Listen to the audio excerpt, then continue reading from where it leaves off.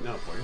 You straighten up. You're listening to Mike and John Got It Going On. I'm sick of those guys. A Livingston County-based podcast that's based in, well, Livingston County. And now, Mike and John. Two guys who have nothing better to do at this hour of the morning but sit in the basement and talk about stuff. That doesn't sound very professional. Two guys that are happy to be here this morning. You know, we've talked about that we maybe misnamed this podcast and it should have just been two idiots in the basement. But I don't know. We'd have to change the stickers and everything. I don't know. We're locked in now. It's Mike and John Got It Going On, brought to you by Firehouse Doors. Yes, and we want to remind you, for all things Mike and John Got It Going On, go to mikeandjohnpodcast.com, our new website. Lots of things you can check out there, including past podcasts, the daily podcast. Absolutely. And you can register for lunch that we draw for each and every Friday. And we are getting Porch 180. Right. We're getting quite a lot of entries. We need a bigger box. So that's true. We're going to need a bigger boat. And you know, I'm also thinking that we, you know, have to draw for a $50 gift certificate for Murphy's Family Auto. Maybe we should make that a birthday present. That's true. Because we do have a place where you can let us know about your birthday, and on Friday we'll announce birthdays too for the week. So if the birthday falls within that week, you would be eligible. Right. How about that? A birthday present from Mike and John and Murphy's Family Auto. Okay. Carnos. All right. I'm glad you figured that out. I just figured that out on my own. Right. Thanks for the consultation. That costs money. Okay. Also details on Walk for Warmth. Yeah, that's coming up May 14th. We've got a walk team, and we'd like you to be a part of it. We're looking to raise at least $1,000 for Walk for Warmth, and you'll find that link as well. If you go to the events section, you'll find details about Walk for Warmth, and of course, we'll put the link for our team there as well. And also on MikeandJohnPodcast.com, you'll find all the latest headlines. We have a news section there and posting all the latest headlines, so you can keep active on that. And then our Facebook page, also a good place to see what the hell we're up to. Keeping things up to date. And are we talking about the tornado in your news today? No. Is it in your news today? The tornado warning that didn't happen? The tornado warning that was supposed to happen, a tornado drill. It was a state tornado drill yesterday. That was supposed to happen Wednesday at 1 p.m., right? And then the state canceled it because of weather. No, not the state, but the various municipalities who had severe weather in the forecast, Livingston County being one of them. They canceled it because with severe weather in the forecast, if they sounded the alarm during severe weather, people would misunderstand what's going on. People would be confused, is what you're saying. Right. Aren't people confused anyway? Very. So I mean, they watched this. They listened to this. Clearly, they're confused. They didn't want to confuse the confused. Right. All right. Got it. So that's it's one of those things where you're like, it seems ironic. It kind of does. Canceling a tornado drill because there's severe weather on Severe Weather Awareness Week, but I get it. Look, we know what will happen. We did stories on it. There were multiple stories out there about that there was going to be a state tornado drill at 1 o'clock. Right. Guaranteed, if those sirens had gone off, with or without severe weather. It didn't matter how much warning you give people. Phone calls would start, emails, texts, comments would all be like, why is the sirens going on? What's going on? Yeah. So that happens anyway. So if you add in severe weather, then you kind of get it. Yeah. You get Chicken Little yelling, the sky is falling. Right. Well, and that's my job because it's time for news. Okay. Did you have more? Well, I did. Oh. It seemed like a natural transition. It said sky is falling. It seemed like, oh, this is news time then. No, I'll do it after. All right. I'll do it after. It's time for Giggo News. All right. With John King, news director at Giggo News. Well, thank you. Do I get a raise? Or? Yeah. Yeah. Bottoms up. There's a lever on your chair. It'll lift you up a little. Right. Well, it's good. Sort of have to help it out. All right, here's what's going on. A Livingston County man who pleaded guilty in the plot to kidnap Michigan Governor Gretchen Whitmer says he and his co-defendants were hoping to disrupt the 2020 election and prevent Joe Biden from winning the White House. 26-year-old Ty Garbin of Heartland Township testified in federal court in Western Michigan Wednesday that the plotters wanted to cause as much of a disruption as possible so Joe Biden could not defeat then-President Trump. Garbin was the first of the 6 defendants to enter a plea in the case in exchange for testifying against 4 others. The FBI arrested the group a month before the election, including raiding the manufactured home that Garbin had in the Heartland Meadows manufactured housing community off M59 between Pleasant Valley Road and Tipsico Lake Road.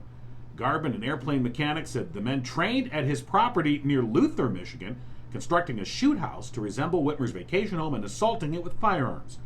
Garvin was sentenced to 6 years in prison last August. The others face up to life in prison. Their trial continues. A Green Oak Township woman who said her home had been vandalized following public statements in support of a controversial event last year in Howell has been arraigned on charges of attempted false pretenses of $1,000 or more, but less than $20,000. According to a release from Green Oak Township Police, they received a report related to destruction of property August 10th of last year on Marcy Drive.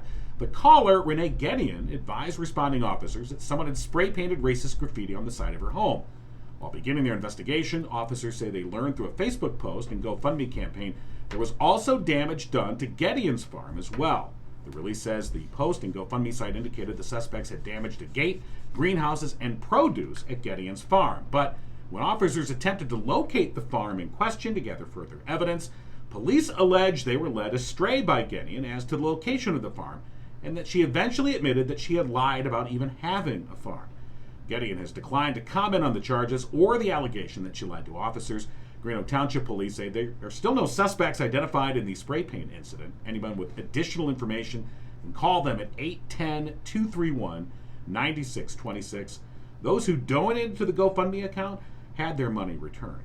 And state approval on Tuesday means a multi-million-dollar project will move forward in downtown Fowlerville. The Michigan Economic Development Corporation and the Michigan Strategic Fund cooperated to approve the Ville project, which will include the construction of a new 2-story building in downtown Fowlerville. When completed, the mixed-use building will contain 8 residential apartments and commercial space on the first floor. According to the MEDC, the project will bring much-needed attainable housing and vibrancy to the downtown.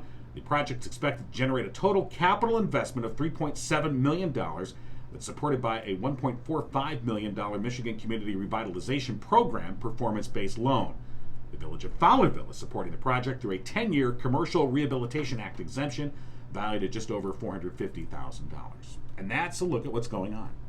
Thank you for that news report, John King, news director at Gigo News. Director, reporter, staff, Right. writer. Thank you. He does it all, Right. he does. Janitor. So let me get this straight. Yes. On the because I remember talking to Renee Gideon regarding this, Right. the allegations of the racist graffiti in the farm. Right. That now has turned out there really isn't a farm or It's wasn't a farm. an allegation. We can't find the farm. The police have said that she lied to them. Now that's their contention regarding the farm. Gideon has not commented. So could a farm be like a little plot in her backyard where she's well, trying to grow actually, melons? but you hit upon a very interesting point. I mean, What is the definition of a farm?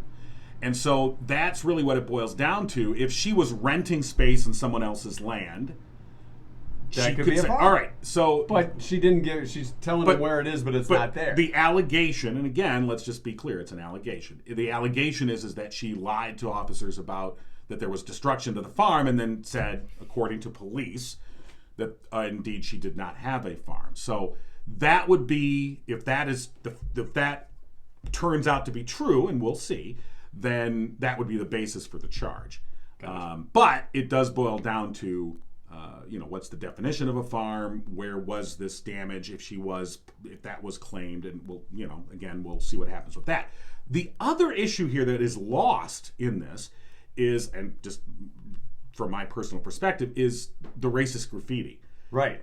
Was that real or not real? That has nothing to do with the charges. And the police made clear in their press release, they made clear to say they have no suspects in the racist graffiti. So from that, you may infer that it would be logical to assume that they did at least look at the possibility that the graffiti was done by someone. It was like an inside job, right, for lack of a better word. They have not been able to substantiate that. So they're saying we have no suspects.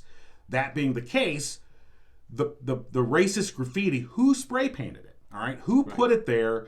And that part of the investigation, it got lost because they're still trying to find the farm. That is certainly a contention that it's a distraction. It gets lost in there, like who did that? The wag of the dog. If and again, let's just speculate. If it was done, if it was an inside job, I just want to be careful here and not to taint people unnecessarily, but right. I think speculation, it's common sense would say, well, wait a minute, if she lied about that, allegedly, then what's going on here? If that was the case, if that graffiti was not, truly a vandalism incident, then that sets back in a large way the notion that we have a problem not only in this county but in this country when it comes to things like racism and sexism and other things like that. When somebody makes a false claim like this, if that's what happened, it makes everything. It makes it puts a cloud over everything. If, on the other hand, that was truly a graffiti vandalism incident, this all gets lost now, and whoever did that, they're smirking and smiling today, knowing that they were able to do this and get away with it. So it's not a win-win by any stretch. So we don't know if the two events are tied together or separate at this point. So eventually we'll probably find out. We're not sure how many years from now. No, we're not. Speaking of news stuff, I'm sorry. Oh, we are? Did I steal I steal your thunder? Again, go ahead, Thunder Stealer. Well, I was going to say, but so we're going to give Rich Perlberg a call here, and we're going to talk about some news headlines. Brighton City Manager also surprisingly resigned. But we want to first make mention of, as we just did, Murphy's Family Auto, a sponsor of this program. Call today to schedule an appointment, 517-552-3040. Murphy's Family Auto, your car knows, murphysfamilyauto.com. And we're going to give you a chance to win one of those $50 Murphy Family Auto gift certificates. I got it. All right. Don't you worry. Don't you give me the finger right here. If you can see that on the camera, don't show the number. We don't want time to call him. It is time to call Rich Perlberg. Of course, we like to talk local events with Rich, and we definitely have a couple going on this morning. Yeah. Apparently. Good morning. Good morning. This is your wake-up call, Rich Perlberg. Oh my God. Yeah. When I was at Robert Williams thing, oh my God, it's early. Yeah. Well, when I asked you, I said, is 6:45 too early? Your answer was, of course it is, and I'll be ready. All right. Well, I got my coffee, so I'm doing the best I can. Although, to be honest with you, I wish I had some of that lavender vodka. Oh yeah, we were talking about that. Does sound interesting from the Hamlet Lavender Farm. Could you put that in your coffee though? Sure. I don't know. I think you would have two separate. You'd have like a shot in a cup. Yeah, vodka's not a coffee mixer. No, I don't think so. That's more of a whiskey bourbon thing that you can. All right. I mean, not that that's what I've heard. My partner here has a problem that the Jameson's bottle he claimed to have swapped out for something, but I think it just disappeared. I don't know what you're talking down about. Here. No drinking. Yeah. Hey, I will give you a little bit. Just a little snobbishness coming in there, but it's in Ireland it's pronounced Jameson's. Wait, what? It's not Jameson's. Oh, it's Jameson's. Jameson's. That's if you haven't. Is it Jameson's? It's Jameson's. Jameson's. All right. Okay. Well, now we know. Yeah. So, I'm Rich. just trying to help you guys. All right, we appreciate that. We need a lot more help than that, buddy. So, just before we called you, Rich, we were talking about the incident with the racist graffiti on the woman's home in Green Oak Township. And the case of we don't know where the farm is. The missing farm or the alleged missing farm. I'm not confused about that, so I wish I would have listened to that. No, yeah, I don't know, and so the police, they charged this woman who had said that this graffiti had been spray painted on her home, and they charged her with false pretenses because they said that, indeed, they say she lied to them about having a farm. And that she said some of the vandalism was done on her farm. They say that there was no farm and that she admitted to them she lied about it. Well, see, and the thing that tied in with this, with the farm, was it was right around Melon Fest and then also the farmers markets. Right. So she was claiming she lost all this money, and that was money that was going to be used to buy a new truck or a used truck for her farm stuff and to haul the melons. So you had all these things tied in, and now it all seems like It's under a cloud. We'll say that everything's alleged, and we'll see what comes out of that. But I guess to the larger point, and then we'll just wrap this up because we've talked about this enough. But to the larger point, what's lost in all this is the actual racist graffiti. And is there any doubt about that? They say that there's no suspects. The police. It would seem to me they would have investigated whether she did this or someone in her family did this, and they're saying at this point they don't have any suspects. So in other words, they don't have any proof or anything that would lead them to believe it was done by her family, and they're still looking at it. So it's unfortunate to me that if this was indeed a vandalism incident, that it kind of gets lost in this. Gotcha. And it doesn't really get fully, There's a whole lot of questions left to be answered. That's true. All right, enough with the melons already. Gosh, Rich. We call you and you go on about melons. Melons. Let's talk about Nate Geinzer. That came as quite a shock, and John, one of the first to break that story. So surprise resignation after last Thursday's council meeting. Supposedly right before midnight, Geinzer emailed his resignation and said, "I'm done." After is that how that went down? Okay. That's what we heard. So, what's your take on this? I mean, just from the outside, look, city managers, village managers come and go. This is not anything that's necessarily new. Well, yeah, you say that, and I've always thought that too. But I mean, in Brighton, that hasn't been the case. Dana Foster was there for forever, and then Nate's been there, about 6 years, and then Shay Charles was here forever, and then all of a sudden they have a revolving door. So and I want to say heads up that I have no inside information. It's been a long time since I've had anything to do with the city of Brighton. What the hell are we talking to you for? Well, there you go. Because you got up for nothing. The less you know, Oh, the bigger experts you are. You just named this segment, Rich. It's The Less You Know with Rich Grover. Write that down so we don't forget it. But I do know some of the council members a little bit, and I'm in the same Rotary Club that Nate's in. Okay. And I was shocked by it from two aspects. First, I hope Nate knows what he's doing. It seems clearly from the outside a fairly rash move. Something must have been going on. You just don't get that upset and walk away from a job. You know that you live in this town for 18 years. You've been a city manager for 6 years. Something goes wrong at a meeting, and you dash off a resignation letter. Yeah, clearly.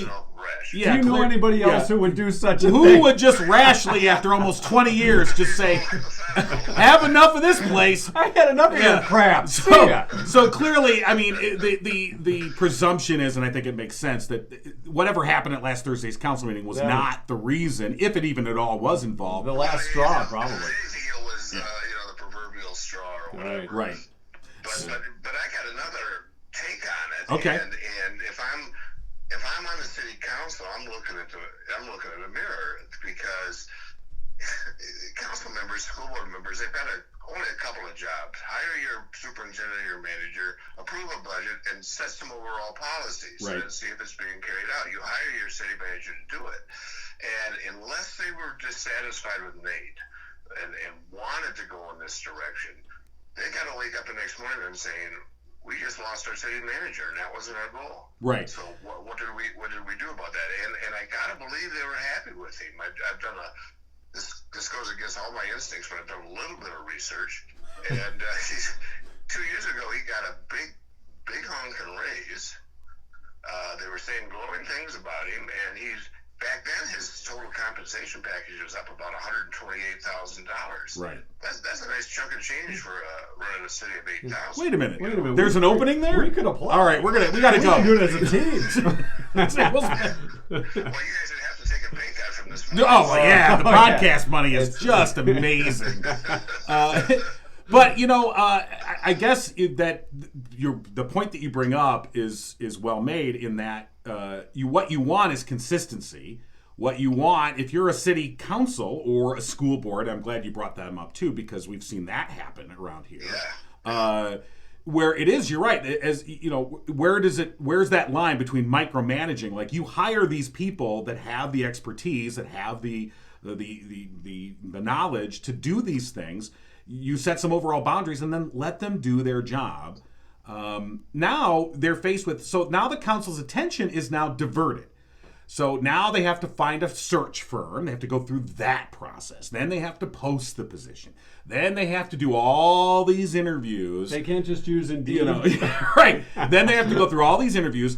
They'll select a candidate. Then they've got to negotiate a contract. Who's that person going to be? How much experience are they going to have? How much money you're going to pay them? Do they know the area? What's the learning curve? So you've really taken 2 steps back. And so as a council, like you said, you have to look in the mirror and go, wait, is this worth it? Why has this happened, and how much are we involved in this? And have we done the city the right? Are we doing right by the city? Do you really think they're going to look in the mirror? This is exactly right. I mean, and it could happen. I mean, Nate could have said, "Hey, this is my last 6 years." It could have been a smooth departure, and he still would have had to do all that. Right. But this wasn't. Nate apparently not that it has a whole lot to do with it, but he started a consulting firm or something last year, but I can't imagine that firm's gonna bring him $130,000 right away. Right. So this wasn't a planned thing. So yeah, can they move forward? Can their next person be an excellent person and dive right in and be a good leader for staff and a good thing for the city? Of course, you've got to replace people. I think of Howell Schools. They went through like a few years back. It was kind of revolving door there for a while. You know? Yeah. Right. And then they bring in a guy who by most accounts, has done a great job there. Except apparently he reads children's books. That's a big problem apparently for some in this community. Yeah, where do you go? they got a big problem with that. Well, yeah, I mean, so that's part of the process, but this one seems to be unplanned, and I would say, well, therefore unnecessary. right, You know? and Didn't have to happen. it's an unforced error, if to use a sports metaphor. Well, I would say it's a force there. Somewhere along there was something going on. There was some sort of, and that's total speculation. I just can't believe it because one council member. But right. I mean, if you watch that video, I didn't. But if you watch the video, the new council member Paul Gibson, I mean, it is a sharp exchange when he is talking to Henry Outlaw, the assistant to the city manager, about this grant, and it gets very heated. And twice, Geinzer tries to intervene, and I think trying to represent his guy, Henry Outlaw, to say, hey, well, hold on. And twice, Gibson slammed him down. I'm talking, basically, without saying the words, it was shut up. Now, it's not. If you watch that part of the video, it's a very testy exchange. I think that's a fair description. What I find ironic about the whole thing is he apparently was upset because the city put something up on Facebook to make it look like this thing was a done deal, and he didn't like that. Which, you gotta. Any administrator knows you got to take care of the care and feeding of your council, but. The ironic part is, if I'm not mistaken, they ended up voting for the grant 7-0, including Mr. Gibson. Including Mr. Gibson, who tried to say, look, I'm not against the grant, but I'm against you saying this out loud before it's a done deal. And you can say... Where he's going. You can be upset about that and let it be known quietly after the meeting. That's what I was saying. Like, what's more effective? You making a big stand publicly and, look, I'm the new guy on council and you got to deal with me now. Or silently after the fact saying, hey, in the future, I really don't want to see this, or I think that this is not something that we should be doing. Let's set a process. What's more effective? And that's a question where and look, it's politics. I mean, the council members and the school board members, whatever your case may be, these are elected officials. So they're political, whether they're, and I understand it's nonpartisan, but yeah, right. Well, there is the fact that in both city managers and superintendents recognize this and deal with it in various ways. There is a clear organizational chart. The city manager reports to the council, who reports to the voters. Okay, but I think sometimes it's important work and it's part of the grassroots. But you got to remember. Probably 1,000 people voted in the last election. Most people aren't paying attention. You're not the most important person in town if you're on the city council. So I get a little bit amused when these guys start flapping their acting like peacocks. They think they're senators or something. I like the city council members more than the senators, but that's well, yeah. So, all right. Well, very interesting. And so obviously we don't have any answers. It's the less you know. I like that. I can live up to that. All right, good. Well, that's it. We'll get a little bit less of what you know next week. But I think to the broader perspective, I think it's providing some insight and some context to these things. It helps to bring them, because there's too many unanswered questions, things that aren't answered in the public arena, and so I guess providing whatever context and background we can is hopefully helpful.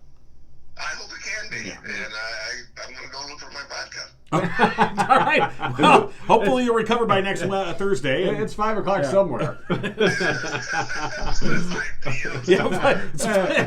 doesn't matter, AM, PM. Whatever. It's American Samoa. It doesn't matter. All right, Rich. Thanks for joining us today, buddy. Take care. Bye-bye. All right. Interesting conversation. Yeah. Our community spotlight is coming up. We're running a little bit we heard later. the alarm. We're running late. Don't worry. All right. So, Community Spotlight is sponsored by Jordan Genso with the Genso team at Remax Platinum. Jordan enjoys teaching people about the real estate transaction process along with discussing current market conditions. So, even if you're not currently looking to buy or sell, you just want to have a worthwhile chat with a real estate professional, call Jordan 248-444-9777. All right. We're calling Diana Stamfler. And she is an author who's going to be making a presentation tonight at the Howell Carnegie District Library. Diana Stamfler. All right. She must be on another call with another podcast. This could be Okay. Diana. I think it is All right. Diana. Good morning, Diana. Good morning. How are you? We're doing good. Sorry, we messed up the time there. Our timer was off a little bit. Actually, it was just us. Fine.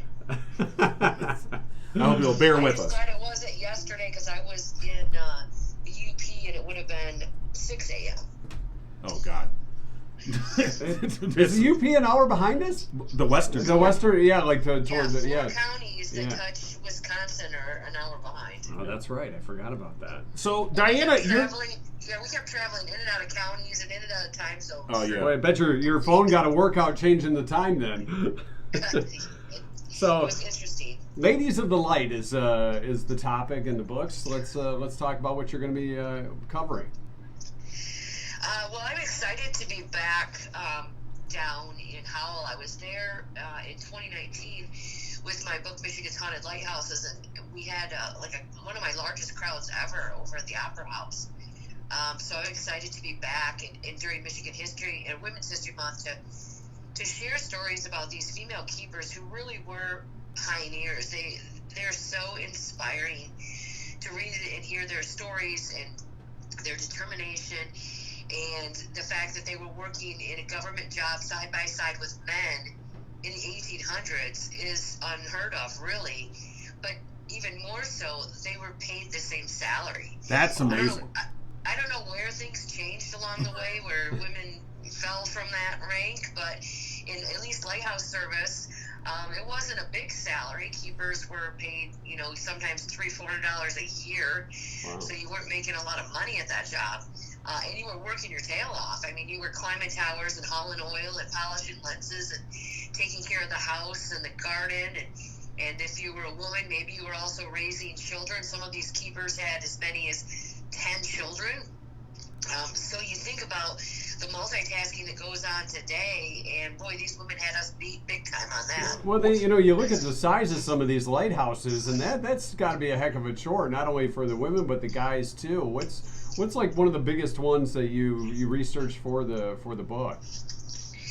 Well, we do have each light was hand designed or selected for the community in which it was built, depending on how close to the water they could get, if there was a bluff that they could build on. So the height of the tower made a difference, and based on where it was at, and then the design of that tower, the day mark, which is how the tower itself is painted, was also distinguishable, so that ships traveling through the daytime could look over and recognize a light by the way it looked.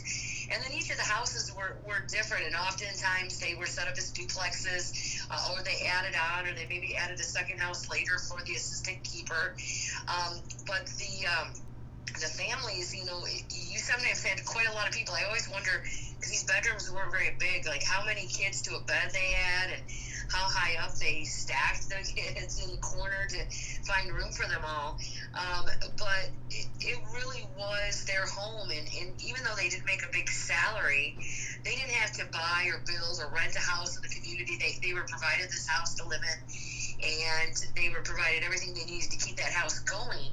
So it wasn't so bad, but I think, some of the more interesting stories to me are the keepers and the families who were living on islands in the remote parts of Lake Superior, and what that must have been like. Many of the women in the presentation were from Chicago, and so they ended up marrying these either Civil War soldiers or maritime guys, and then they find themselves with a bunch of kids living on an island at a lighthouse where from December to April no one else is on the island, and they're living this just remote, isolated, existence. The mental and the physical things that they went through were amazing. Well, that's what I was going to say. You look at the weather that's along there, Well, it's the lakefront effect, all that and stuff. I think the Wow. point you make is that, I mean, you're going back to the 1840s, and, it's interesting. I'm just finishing up a book about women's suffrage, talking about the women's suffrage movement, which began in the 1840s. And even at that time, society, like women were not, it was frowned upon for women to even speak in public. And so at a time when that's the case, where women are just beginning to advocate for themselves politically, you've got these women who are, like you said, they are holding these jobs that were traditionally men's jobs. They're getting paid the same amount of money, and they are doing the kind of work, labor-intensive work that most of society would think, oh, women can't do that. And nowadays, especially, now women were doing it and were keeping up the standard, plus raising kids at the same time. That is amazing.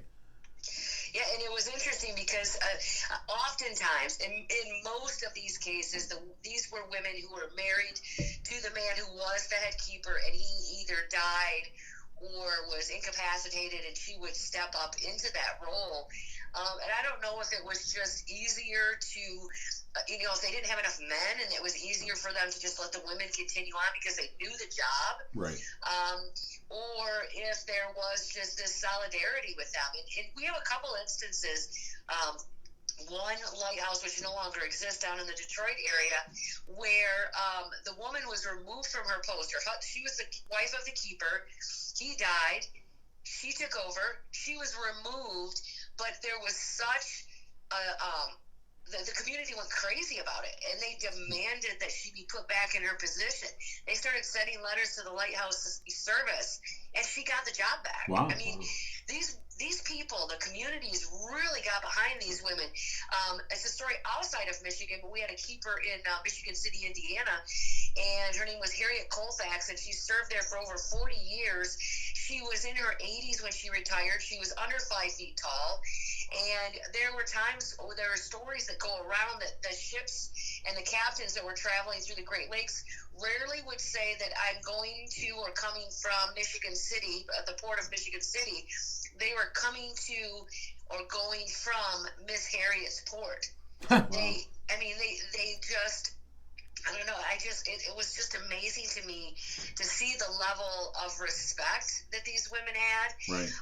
And the dedication that they had from the people around them in the community to keep them in place, even up as late as our last paid female keeper as a true lighthouse keeper was in the 50s. But that spans 100 years, from 1849 to the mid 1950s, where these women really were, like I said before, pioneers in what they were doing. And they were largely phased out by automation at that point. Yeah, I was going to say, where are we at with lighthouses now? Yeah, so when they were first established, and Michigan's earliest light was built in the 1820s, which is Fort Gratiot and Port Huron, still active, and you could tour it. Before Michigan was even a state, that was in place. The lighthouses were then established through the federal government.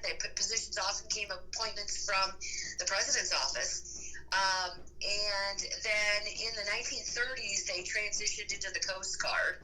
And then we started to see more of the guardsmen taking over the lights, and then civilians could apply for those positions. And then as they slowly became automated, they still had keepers there for some part of that. But those kind of really started to phase out as we got into the 60s and 70s. Right. And now, we have active lights in Michigan still. They are all automated. Some of them still operate as museums. Fort Gratiot's a good example. That's still active, and you could tour that. And so they still are just they're great historical sentinels for the state. I think often, if we ever had a state symbol, it would either be the bridge, which in itself is kind of like a lighthouse because that's what it is to protect people, or it would be one of our 129 lights, and we have more than any other state. And I don't think outside of Michigan people recognize or realize that. Well, they're very distinctive. I used to live in St. Joseph, And the St. Joseph Light. I mean, like you were saying, each one of these structures, they have a different paint scheme, or even just a different build to them.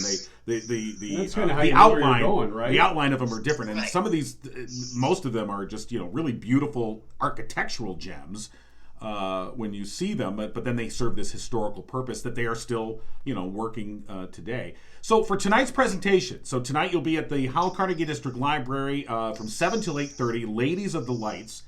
Tell us if people are coming out tonight, they want to see this presentation, what are they going to see? Well, we're going to virtually, I guess not virtually, in person. We're going to take a tour around the Great Lakes. So we're going to start down in Southwest Michigan. St. Joe isn't in the presentation, but they did have a female keeper. Her name was Jane Enos, and she was the boss of 2 men during her career. So that's a pretty significant thing there, too. But we're going to travel along the coast of Lake Michigan, up to Lake Superior, and down Lake Huron. And I'm going to introduce the audience to about half of the women who have kept lights and tell their stories. And then I will have copies of both of my books available after the presentation, Michigan's Haunted Lighthouses and the new book, Death and Lighthouses on the Great Lakes, both of which have stories of female keepers in them. And then there's a children's version of the haunted book as well. So we'll be there for about 90 minutes, and we'll give them the presentation and talk a little bit about it. I did a virtual event last night, and the one lighthouse keeper that I was mentioning in the Detroit area who got reinstated, her great-great-granddaughter was on the virtual presentation. Wow, pretty cool. So I love it when I get a connection. Yeah. Every now and then some descendant of one of these keepers is there, and then I get a little sidetracked with talking with them at the end. Well, maybe tonight you'll get somebody from the Lake Chemung Lighthouse that will come. That's a bar. I'm just kidding. Lake Chemung is a little lake here. I'm just kidding.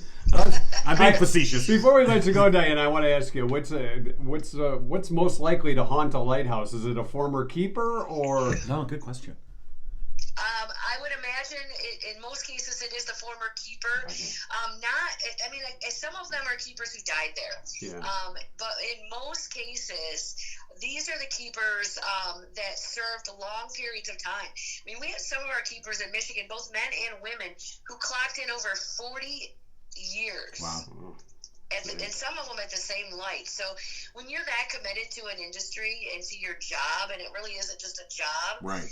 It's you a way of life. Want to leave. Yeah. And I kind of admire that. I don't know. Maybe I'll come back and haunt a lighthouse. It's funny you say that like it's a way of life. Now it's funny because some of these lighthouses, I know that the state runs.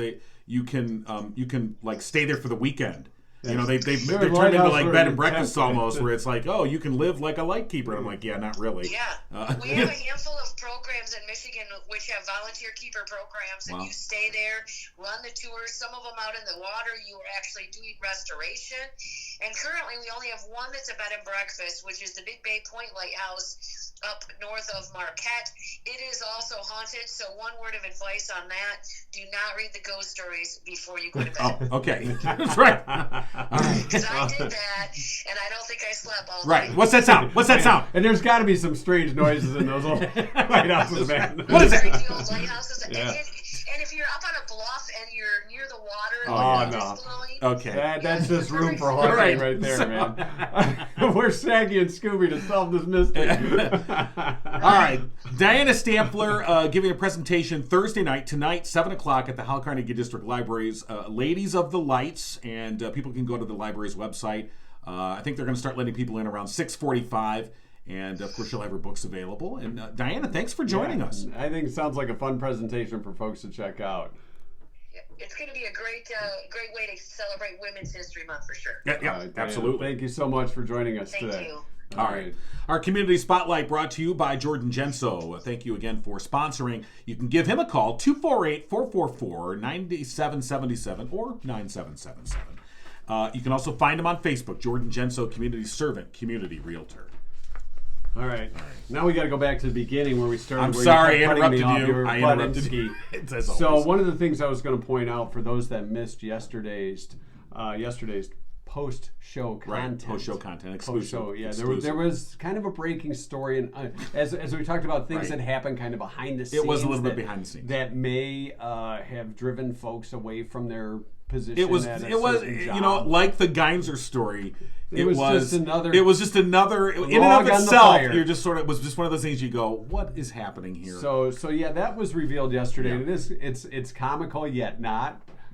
It was comical. It was hard to believe. So if you get a chance, you can even speed through if you want. If you watch most of it, that was pretty funny. Also, we talked about our website, which is mikeandjohnpodcast.com, and some of the things you can find there. Right. One of which is the merch store. Right. Where you can buy your stickers, your T-shirts, coffee mugs, and we are looking into, with Spirit of Livingston, some other products. And I yesterday, I teach courses locally here, and one of my students said to me, they're like, well, if you had a sweatshirt, I'd buy a sweatshirt, but you don't have a sweatshirt. We might have to get. So I was like, well, maybe we'll have to work on sweatshirts. Maybe that'll be our fall. Yeah. Our And fall I said, line. that's what I said. I go, wait till our fall. It's exactly the line I use. I go, wait till our fall line comes in. She's like, well, I like sweatshirts no matter what time of year it is. I'm like, all right. Maybe for Balloon Fest, you're going to need a Mike and Someone's John not getting an A in this course. Wow. No. So it's all politics. Yeah, no. But yeah, so different products. But as some of you know, sometimes I stop and get my cup of coffee on my way in, and I happen to stop today. Okay. And something fell out of my pocket. Oh. And there was a lot of them that fell out of my pocket and may have landed on the counter by the cashier. Right. And there's no charge. Now, those are there's multiple locations of that particular place. Which one? Which counter were they at? Do you want me to tell that? Well, we went this far. Why not? Yeah, we've gone this far. Michigan Avenue. All right. So Mug and Bob's, Michigan Avenue. See our friends there. They said I could leave them. Now I don't. There's limited edition. I didn't drop. Right. Maybe. I don't know how many. There's probably 20, 25. What? The what? I'm giving away the farm. Are you?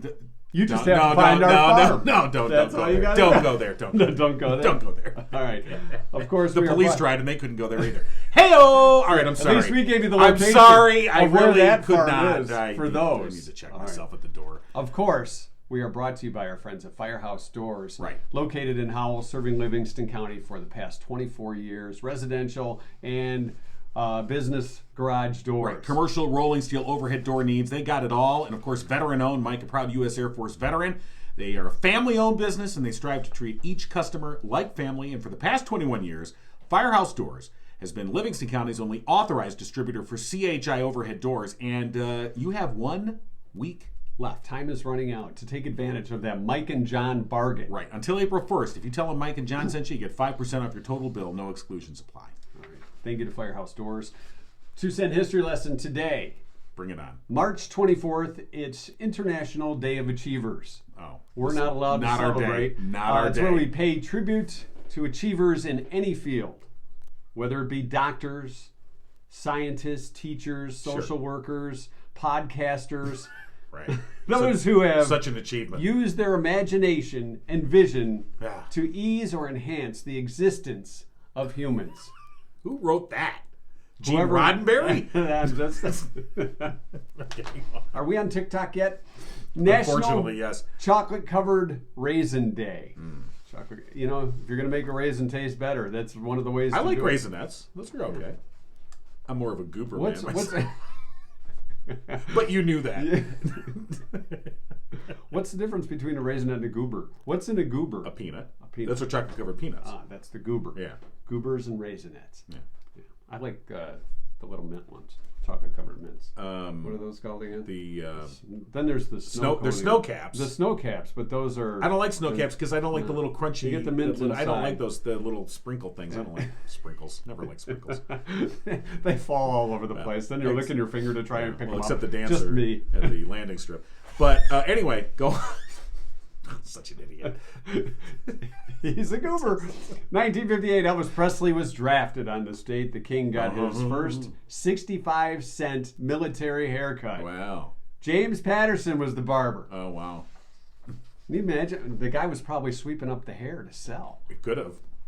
If he didn't. Right. He's a goober, too. 1989, the U.S. tanker, the super tanker Exxon Valdez, ran aground Bly Reef. Yes. 11 million gallons of crude. Sorry. Yeah. And that was the one, if I remember correctly, that was the one where the captain, they were coming to the most tricky part of the passage out of that peninsula, that bay. And he took a nap. And he was like, yeah, hey, you rookie, I gotta go down. I'll be down below. I got the bottle of hack and a coffin I gotta get to, and And a little grub. And he's down below. It's like, this is the trickiest part of the passage. Okay. Yeah. He got a I don't promotion, think. didn't I he? don't believe he captained any further not ships. after that? I don't believe so. 1992, a court in Chicago settled the Milli Vanilli class action suit No, thank God. by approving cash rebates of up to $3 to anybody proving they bought the group's music Right. before November 27th of 1990, the date the lip singing Right. scandal broke. You know, you got your $3 back. Yeah, that whole Which thing wasn't all of in it. retrospect. That was so overblown because, the industry was, what, lip syncing? This has been going on. We didn't know this was going on. It's only been going on forever. Like, people have been lip syncing for literally decades, and those two guys got a raw deal. I think They got a raw deal, got a raw but deal. they did a good job at it. right. I just think that if you with the inside, and I know there were some documentaries and they looked into it, and those guys, they really got a pretty. They were raw, just dancers they're now, that look better than the singers. exactly, right? and they're but gee, that's called entertainment. Yeah. You know, please. Right. So anyway, just They were reality stars before reality Yeah, TV yeah, they shows didn't- happened. yeah, they didn't want it. You're right. yeah. Oh well. It was on this day in 2000, a film company paid $1,079,500 for over 9 hours of film shot during the 70s by Yoko Ono. Oh. Well, The film how contained much? shots 1.0795. So more than $1 million. Yeah, it was over $1 million. All right, and what was the film? The film contained shots of John Lennon smoking hash. there you go. And talking about his political Okay. beliefs. I didn't- $1 million Yeah, I believe hot film. That's what year? 2000. All right, So, that seems 22 undervalued now. I mean, look. When you said Yoko Ono, I thought if this is some avant-garde film of like a tree or a leaf falling from a tree or something, a piece of plastic blowing across a lawn, you're like, oh yeah, great. But it's film of John Lennon, so smoking hash. So it's got to be worth over $1 million. I'm shocked. He did drugs? What? The less you know. Yes. And finally, in 2001, on this date, a stretch of the Highway 19 in Macon, Georgia, was named Duane Allman Boulevard. It was near the place where he died at the age of 24. It only took him 30 years to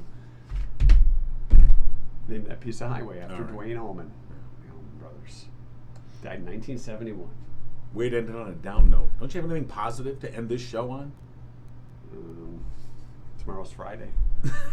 What are we going to be talking about tomorrow? What are we going to be talking about on Friday's show? Well, we're hoping that Tim Robinson is back in the well, up fold. to speed. Yeah, so we may or may not be talking to Tim Robinson. We are going to be talking to our good friend Bonnie Runyon, our right. our I octogenarian. forgot about that. Is going to be joining us tomorrow. And do we have an in the spotlight tomorrow?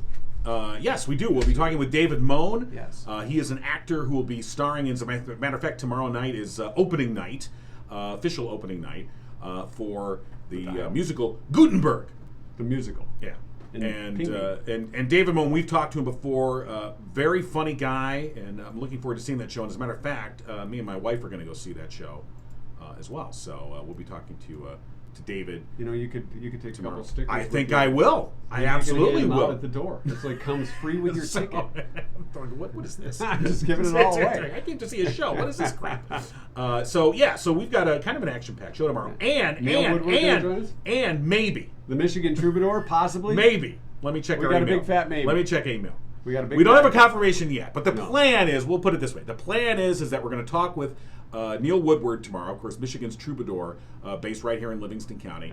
And he is going to be one of the musical guests at the Concert for Ukraine. His name is first. I think Yeah. Neil is the headliner. You could say he's the When you're headliner. the Michigan Troubadour, you deserve to be Neil's a called pretty laid-back, humble guy, though. I don't know that he'd say, I'm the headliner. Yeah. But also Matt Watroba, the Stilton John Band, Mustard's Retreat, Kitty Donahoe, Grammy Award winner, Dan Hall, and others. And the Concert for Ukraine, Saturday, March 26th, 7 p.m., and that's going to be at St. Mary Magdalene, and, of course, raising money that's going to go to Catholic relief services to help the people of Ukraine. So hopefully tomorrow we will be able to talk with Neil Woodward about that. So we have an action-packed show. We do. Maybe. We need to We rest up. might have Tim Robinson, We and we might might have Neil Woodward. Neil Woodward. We might talk to Bonnie. We might talk We to probably Bonnie. will. I think we will. Bonnie's pretty reliable. All right. Not that Neil Woodward isn't reliable, mind you. We just haven't confirmed that. Tim Robinson will. Our staff is. Yeah. We have to. We're working with that. we're working on a lot. All right. That's it. You think that's a wrap? All right, Mike and John got it going on. Brought to you by Firehouse Doors. We have some really good post-show content for you YouTubers too today. Do we? You know, it's not just YouTubers that get the post-show content. Facebookers get it too. Because we post to Facebook directly, so you get the FB content. you get It's like bonus. it's better than the FU content Yes, that most the people FB. get.